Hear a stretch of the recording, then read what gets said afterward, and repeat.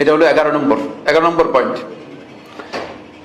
11 নম্বর হচ্ছে, কোন ব্যক্তি যখন তিনি ঘুমাবেন তখন তিনি উযু করে তাহারাত অবস্থায় ঘুমাবেন, তাহলে সারা রাত ফেরেশতা, একজন ফেরেশতা তার জন্য আল্লাহ রাব্বুল আলামিনের কাছে দোয়া করতে থাকে।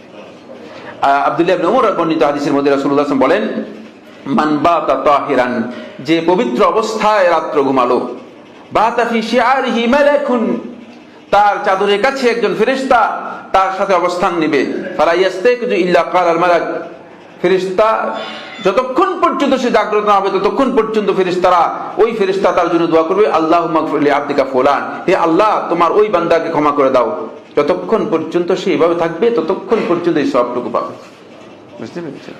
সুতরাং আমাদেরকে অনেকে প্রশ্ন করেন যে কোরআন শরীফ বিনা উযুতে তেলাওয়াত করতে পারবে কিনা। মুমিন ব্যক্তির কাজই হচ্ছে, সুন্নাহ হচ্ছে মুমিন কি করবেন, উযু অবস্থায় থাকবেন। আর আমাদের কাছে এসে প্রশ্ন করেন যে কোরআন শরীফ বিনা উযুতে পড়তে পারবে কিনা। আমরা চেতনাগত দিক থেকে অনেক সরিয়ে গিয়েছি। বুঝতে পেরেছেন? আমাদের কথা বলছে উযু নষ্ট হয়ে গেলে আপনি সাথে সাথে উযু করে নেবেন। আদব এবং সুন্নাহ হচ্ছে উযু যখন নষ্ট হয়ে যাবে সাথে সাথে কি করে নেবেন, উযু করে নেবেন। দেখেছেন কত বিরাট ফজিলতের কথা রাসূলুল্লাহ সাল্লাল্লাহু আলাইহি ওয়াসাল্লাম এই হাদিসের মধ্যে বলেছেন। এই অবস্থায় যদি আমরা ঘুমাতে পারি তাহলে একজন ফেরেশতা সারা রাত আপনার জন্য আল্লাহ রাব্বুল আলামিনের কাছে মাগফিরাতের দোয়া করবে। হাদিসটি তাবারানী তার মুজামের মধ্যে বর্ণনা করেছেন, সহিহ সনদে বর্ণিত হয়েছে।